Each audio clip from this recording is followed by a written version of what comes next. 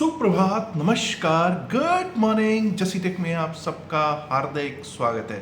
19 मार्च 2026 19 मार्च 2026 और दिन है बृहस्पतिवार यानी कि थर्सडे का।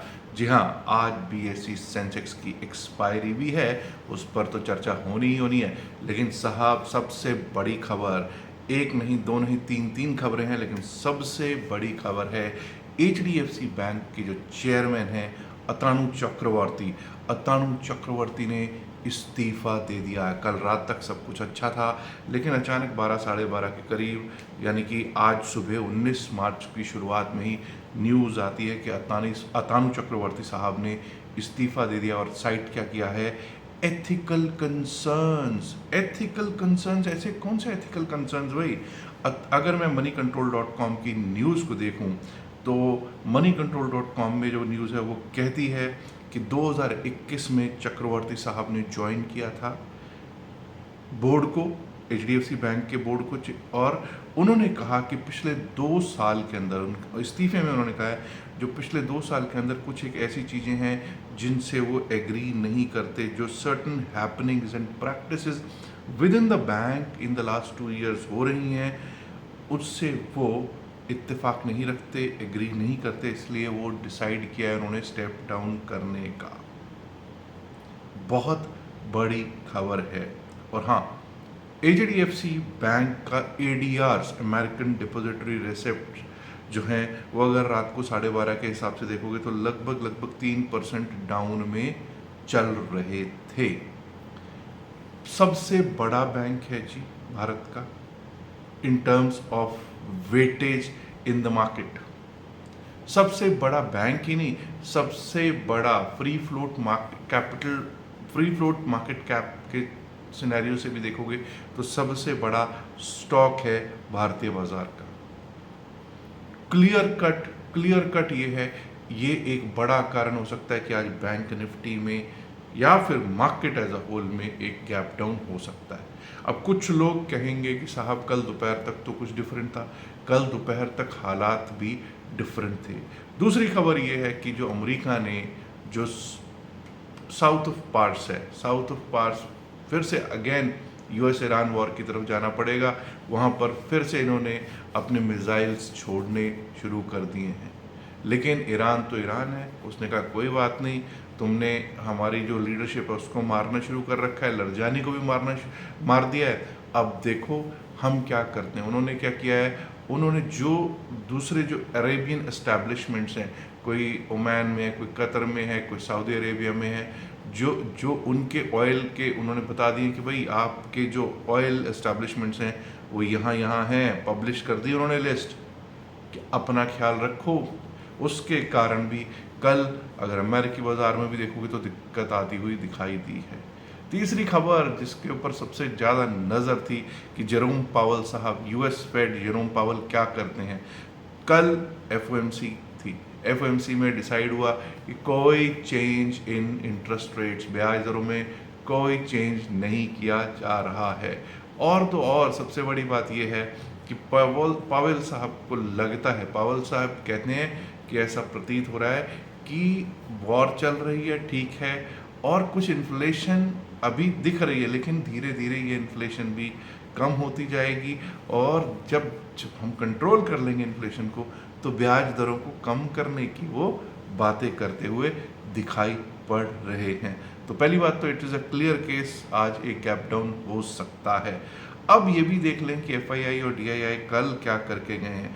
कल एफआईआई 2714 करोड़ 2714 करोड़ के कैश में नेट सेल में बैठे हुए दिखाई पड़ रहे हैं। डीआईआई घरेलू संस्थागत निवेशक 3253 करोड़ के नेट बाय में, 3253 करोड़ के नेट बाय में। अब अगर बात की जाए एफआईआई के डेरिवेटिव्स के स्टैटिस्टिक्स की तो हमको दिखाई पड़ता है कि एफआईआई कल बैंक निफ्टी के फ्यूचर्स को बाय करके गए हैं। मिड कैप निफ्टी फ्यूचर्स को भी इन्होंने बाय ही किया है, निफ्टी 50 के फ्यूचर्स को भी बाय किया है, और अगर कहीं बेचा है तो वो है फिन निफ्टी के फ्यूचर्स में ये बिकवाली करके गए हैं। यहाँ से अगर हम ये देखें कि कल एक शानदार एक अपसाइड का मूव मिला था, रिकवरी मिली थी, और अब कहीं ऐसा ना हो कि आज एक गैप डाउन हो जाए और जो ये बियर्स हैं उनके सपने वहीं के वहीं ख़त्म हो जाएं। पहली बात। अब रीज़न क्या है कि पता चला कोई गैप डाउन हो गया, गैप डाउन पे शॉर्ट करने का कम से कम मेरा तो कभी विचार नहीं रहता है। कल पुट राइटर्स काफ़ी जगह बैठे हुए दिखाई पड़ रहे थे। अगर हम बात करेंगे तो पुट राइटर्स का कल 76,500 सेंसेक्स की बात कर रहा हूँ, 76,500 पे अच्छा खासा पुट राइटर्स ने अपनी पकड़ जकड़ मजबूत कर रखी। बट जो सिचुएशन है, जैसे HDFC बैंक की जो सिचुएशन है, वो ऐसा लग रहा है कि इसके कारण एक गैप डाउन मार्केट में हो सकता है। और वो कितना बड़ा गैप डाउन होगा वो एक बड़ा प्रश्न चिन्ह है। लेकिन मैं ऐसे किसी गैप डाउन को शॉर्ट तो कम से कम नहीं करूंगा।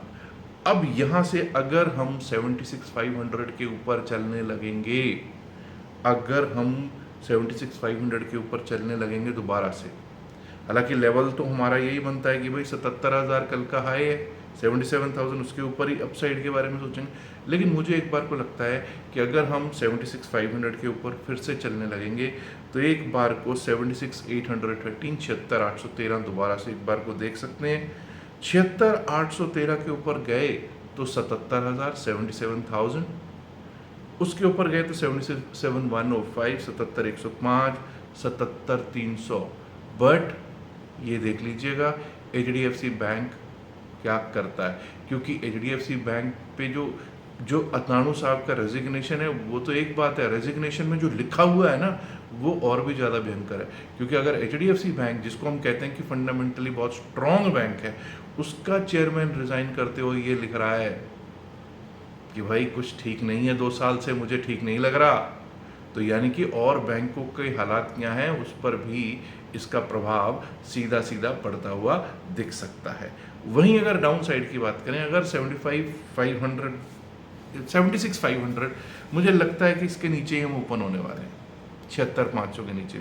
तो अगर हम 76,500 को पार नहीं कर पाते, 76,500 के नीचे रहते हैं, तो 76,500 के नीचे 76,392, 76,392, 76,318, 76,318, 76,168, 76,000, 76,168, 76,000 डाउन साइड तक के लेवल से एक बार को दिखाई पड़ सकते हैं। अब ये याद रखिएगा, कल को जब हम देख रहे थे स्ट्रैडल जो सेल करके गए, स्ट्रैडल सेल करके गए वो 76,700 के अराउंड का, तो बैठता है वो 645, 650, 650। अब 650 ऊपर 650 जब तक नीचे का कोई इतना बड़ा मसला मुझे नहीं लगता। तो मुझे लगता है कि भाई ये 400-500 पॉइंट नीचे जो है ना 76,200, 76,300 के आसपास अगर ओपनिंग हो गई तो शॉर्ट वहाँ से तो बनेगा नहीं, वहाँ पे ओपनिंग होने के चांसेस ज़्यादा नज़र आ रहे हैं। अब इस बात का असर और बैंक किस तरह से लेते हैं ये भी एक मसला है।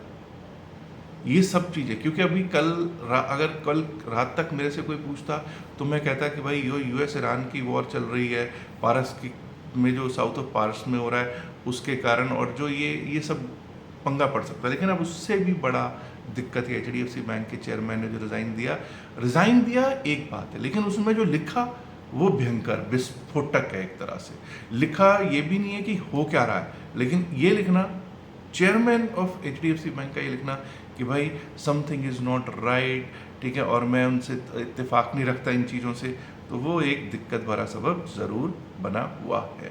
US ऑयल कुछ हल्का ज़रूर हुआ है, $100 के नीचे आता हुआ दिखाई दिया है। ये एक अच्छी चीज़ हो सकती है बैंकिंग के लिए, लेकिन अब अपनी प्रॉब्लम्स इतनी है जी, क्या करेगा कोई। सेंसेक्स के बाद निफ्टी 50 की भी बात कर लेते हैं। निफ्टी 50 देखिए साहब 23,777 पर कल क्लोज हुआ है। 23,800 के ऊपर जब तक नहीं चलेंगे, 23,800 के ऊपर जब तक नहीं चलेंगे अपसाइड के बारे में नहीं सोचेंगे, और 23,700 के नीचे हम डाउन साइड के बारे में नहीं सोचेंगे। बेसिकली 23,694 के नीचे अगर हम ओपन होते हैं, उसके नीचे रहते हैं, तो डाउन साइड के बारे में सोचते हैं। 23,662, 23,662, 23,620, 23,620, और वो भी टूटा तो 23,575, 23,575। ऑन द अपसाइड अगर 23,800, 808 के ऊपर चलना स्टार्ट करें, 23,800, 808 के ऊपर चलना स्टार्ट करें, पहला लेवल कल का हाई 23,862, 23,862, 23,900, 23,901, 23,900, 901, 23,940 और भाई उसके पार हो गए तो 24,000 आ सकता है। लेकिन ऐसी स्थितियों में क्या कह सकते हैं, मतलब हालात ऐसे हैं कि इस समय कुछ भी कहना खतरे का सौदा है। और अगर कोई गैप डाउन हो गया और उसके बाद एक रेंज में रह गई ना मार्केट, तो आज सबके बैंड बजने वाले, बाजा बजने वाला है। बस यही दुआ कीजिए कि रेंज में ना रहे मार्केट, किसी तरफ जाए और लोगों को, ऑप्शन बायर्स को पैसा बनता रहे, क्योंकि सेंसेक्स की एक्सपायरी है। और ये short covering move, long unwinding move Sensex के एक्सपायरी वाले दिन हमने अक्सर ट्रिगर होती हुई देखी है, अक्सर देखते हैं, लेकिन आज होगी ये एक सवाल है। अब बात कर लेते हैं निफ्टी मिड कैप की भी। निफ्टी मिड कैप कल आप लोगों को मालूम है भाई सबसे ज़्यादा शानदार यही चल रहा था, यही चल रहा था। ये कल 2% से ज़्यादा तेज, 2% के करीब तेज चला हुआ क्लोज हुआ है। 13,039 कल का इसका हाई है। 13,039, 13,040 के ऊपर अगर हम चलेंगे तभी अपसाइड के बारे में सोचेंगे। उसके ऊपर लेवल आ सकता है 13,100, 13,100, 13,100 के ऊपर 13,154, 13,154, 13,196, 13,200, 13,196, 13,200। डाउन साइड पे अगर हमने 12,900 के नीचे जाना शुरू कर दिया, 12,898 टूटा, 12,898 टूटा, तो वहाँ से 12,846 का रास्ता 12,846, 12,808, 12,808, 12,777, 12,777 तक का रास्ता खुल जाएगा। अब जरा बात कर लेते हैं कि बैंक निफ्टी पर क्या है हालात। जी निफ्टी बैंक की जब हम बात करेंगे ना, कल बहुत शानदार चला है, लेकिन आपको पता है कि अब खबरें ऐसी हैं और खरबूजे को देखकर खरबूजे अक्सर रंग बदलते हैं। इतना बड़ा खरबूजा है ये HDFC बैंक, पूरे मार्केट को हिला सकता है, तो और बैंकों पे तो असर पड़ ही सकता है ना इसका। 55,554 यानी कि 55,554, 55,554, 55,554 कल का हाई है। इसके ऊपर जब तक हम नहीं चलेंगे, रेजिस्टेंस है, आएगा वो, आ सकता है, ऐसा नहीं कह रहा नहीं आ सकता। इसके ऊपर अगर चलेंगे तभी हम अपसाइड के बारे में सोचेंगे। 55,743, 55,743, 55,963, 55,963, 56,000, 56,104, 56,324, 56,104, 56,324। But is this coming? सोचना पड़ेगा, वक्त बताएगा। बट प्रॉब्लम है, और प्रॉब्लम कह रही है कि अगर हम 55,200 के नीचे ओपन होते हैं, 55,200 के नीचे रहते हैं, तो डाउन साइड के बारे में सोचेंगे। 55,193 के नीचे 55,036, 55,036, और अगर वो भी टूट गया ना तो 54,836, 54,831, नॉट 54,831, 54,831, 54,831 के नीचे गए तो 54,551, 54,551, उसके नीचे तो वही आपको पता ही, 54,651, 54,500, 54,651, 54,500, 54,500 तक के लेवल्स डाउन साइड पे एक बार को निफ्टी बैंक दिखा सकता है। अब फिर निफ्टी की बात कर लेते हैं। निफ्टी फाइनेंशियल सर्विसेज कल ये भी ज़बरदस्त चला था, 25,927 की तरफ आया था। और आज तो मेरी बातें, मैं कल अगर मेरे लेवल्स की बात करोगे तो तब मैं बातें 26,200 के ऊपर की बातें करने लग गया था। Everything looked so good, but again here also the banking and finance is going to impact, the HDFC is going to impact this financial sector also. So अब 26,000 के ऊपर जब तक हम नहीं जाते तब तक अपसाइड के बारे में नहीं सोचेंगे। कल ही हमने बात की 26,012 के ऊपर चले तो 26,080, 26,080, 26,140, 26,140 और उसके ऊपर 26,211, ये हमारे अपसाइड के लेवल्स हैं। एनीवेज डाउन साइड के लेवल्स की बात कर लेते हैं। अगर 25,848, 850 के नीचे जाना शुरू कर दे, 25,848, 850 के नीचे जाना शुरू किया, 25,800, 25,800, 25,750, 50 पॉइंट का अगेन 50-51 पॉइंट का 25,699, 25,700, 25,699, 25,700 के लेवल्स दिख सकते हैं। अब आज अमेरिका और ईरान क्या करता है? अब लरजानी को ख़त्म कर दिया, वहाँ पे इंफॉर्मेशन मिनिस्टर को ख़त्म कर दिया, करते रहो भाई। अल्टीमेटली इफ दे थिंक कि भाई ये टॉप लीडरशिप, बात किससे करोगे? खैर बात तो अब ट्रम्प साहब कह रहे हैं हमको बात किसी से करना ही नहीं है, तो क्या करोगे क्या वहाँ पे? सब कुछ तुम तहस नहस कर दोगे, ठीक है। और इसका असर क्या पड़ रहा है? जो और साथ की जो कंट्रीज़ हैं, जो ऑयल प्रोड्यूसिंग कंट्रीज़ हैं, बिल्कुल उसके पड़ोस में ऑयल प्रोड्यूसिंग कंट्रीज़ हैं, उनके इंफ्रास्ट्रक्चर पे हिट कर रहा है। अब दुबई मेरा मेरा तो फेवरेट है भाई, मुझे बहुत पसंद है दुबई, ठीक है, मैं जाता आता रहता हूँ। अब वहाँ पे यार मत करो ऐसा बट उसका वो कहते ईरान ईरान कहता है कि भाई तुम हमारा करोगे तो हम तुम्हारे उस पे इंफ्रास्ट्रक्चर पे गड़बड़ करेंगे। तो Dubai, UAE, Saudi Arabia, Oman, Qatar, ये सब जगहें जो है ना, इन सब पे मार पड़ रही है। बहरीन, ठीक है, ये सब जगहें बिल्कुल ईरान की मार में हैं, उनकी हद में है। और इन सब जगहों पे यूएस के कहीं एयर बेसिस हैं, कहीं इन्होंने अपने नेवल बेसिस बना रखे हैं, तो सब के सब इम्पैक्ट होते हुए दिखाई पड़ रहे हैं। अच्छा दोस्तों, आपको डिस्क्रिप्शन और पिन में से उधर वीडियो में 2 लिंक्स मिल जाएंगे। एक तो अगर आप डेल्टा एक्सचेंज में अकाउंट खुलवाना चाहते हैं क्रिप्टो करेंसी का, तो खुलवा सकते हैं। दूसरा है, अगर आप टेलीग्राम चैनल से जुड़ना चाहते हैं तो वहाँ पे उसका लिंक भी दे रखा है।